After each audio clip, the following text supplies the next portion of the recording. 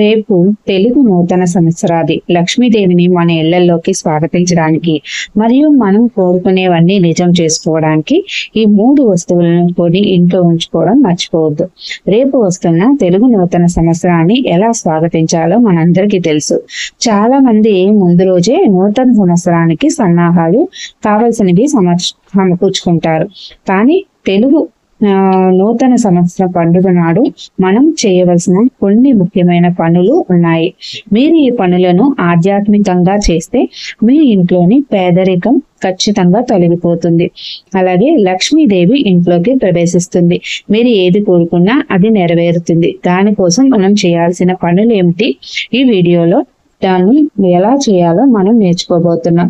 నేను చాలా డబ్బు సంపాదించాలనుకుంటున్నాను, మనం ఒక్క క్షణం కూడా అనారోగ్యం లేకుండా జీవించాలనుకుంటున్నాం.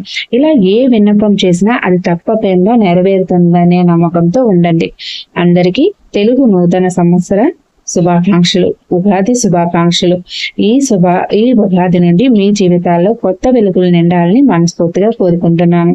ముందుగా రేపు నూతన సంవత్సరాది నాడు మన ఇంటికి కొనవలసిన 3 ముఖ్యమైన వస్తువులు ఏమిటి? కళ్ళుప్పు, మల్లె పువ్వులు, పసుపు కొమ్ములు, కుంకుమ.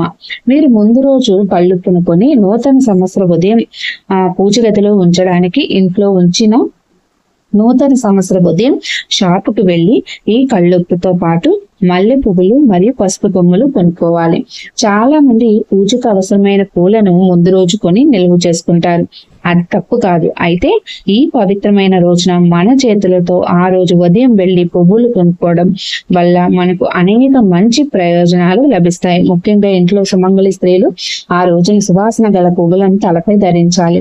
ఈ రోజుల్లో పండుగ సమయంలో పువ్వులు మంగళకరమైనవి కాబట్టి మనం ముందు రోజు పువ్వులు కొని మన రెఫ్రిజిరేటర్ లో ఉంచుకుంటాం. అయితే ఆ శుభదినాన మీరు కొంత మొత్తం చెల్లించి కనీసం కొన్ని పువ్వులు కొనాలని మర్చిపోకండి. సరే, పువ్వులు కొని స్వామి వారి ప్రతిమ ముందు దేవుడి గదిలో పెట్టి ఆ తర్వాత ఇంట్లో పిల్లలు స్త్రీలు ఆ పువ్వులను ధరించాలి. ఈ కళ్ళుప్పుని ఏం చేయాలి? ఆ రోజు మీరు వంటల్లో కొత్తగా కొన్న కళ్ళుప్పును వాడుకోవచ్చు. తర్వాత పసుపు కొమ్ములతో ఏం చేయాలి? నూతన సంవత్సర దినోత్సవం నాడు ఉదయాన్నే నిద్రలేచి శుభ్రంగా స్నానం చేసి ఉదయం 6 గంటలకు మీ ఇంటి ఆచారాల ప్రకారం మీ పూజలన్నీ పూర్తి చేసుకోండి. కుటుంబ దేవతను ప్రార్థించండి, మహాలక్ష్మిని ప్రార్థించండి మరియు మీ చేతులతో 2 పసుపు కొమ్ములను తీసుకోండి. ఈ 2 పసుపు కొమ్ములను ఒక పసుపు వస్త్రం మీద ఉంచి ముడి వేయండి. దారంతో కట్టకండి. మీరు చేయాల్సిందల్లా పసుపు కొమ్ములను పెట్టి ముడి వేయండి, అంతే. మీరు ఈ ముడి వేసేటప్పుడు మీకు ఏదైతే కోరిక ఉందో ఆ కోరికని చెప్పుకుంటూ ముడివేయండి. మీరు ఈ యొక్క ముడిని అనేది ఉదయం చేయలేకపోయినా సరే సాయంత్రం 6 గంటల సమయంలో కూడా ఈ ముడిని పూర్తి చేయడంలో తప్పులేదు.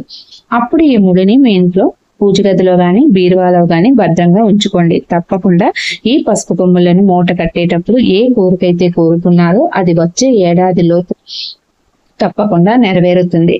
ఆ కోరికలు మీ ఇంట్లో శుభకార్యం జరగాలని ప్రార్థించవచ్చు, లేదంటే నాకు మంచి ఉద్యోగం రావాలని కోరుకోవచ్చు, లేదంటే నేను బాగా డబ్బు సంపాదించాలని కోరుకోవచ్చు, లేదంటే అనారోగ్యం లేకుండా జీవించాలనుకోవడం. ఇలా ఏ విన్నపమైనా అది తప్పకుండా నెరవేరుతుంది. మీ కోరిక నెరవేరిన తర్వాత పసుపు కొమ్ములను దగ్గరలోని గుడిలోని చెట్టు కింద అనేది పెట్టేయండి. ఇలా ప్రయత్నించండి, ఖచ్చితంగా మంచి జరుగుతుంది. అందరికీ నూతన సంవత్సర శుభాకాంక్షలు. మళ్ళీ ఇంకొక మంచి వీడియోతో మీ ముందుకు వస్తాను. అంతవరకు సెలవు. నేను మీ ఉమా. ధన్యవాదాలు. సర్వే జన సుఖినో భవంతు. జై హింద్.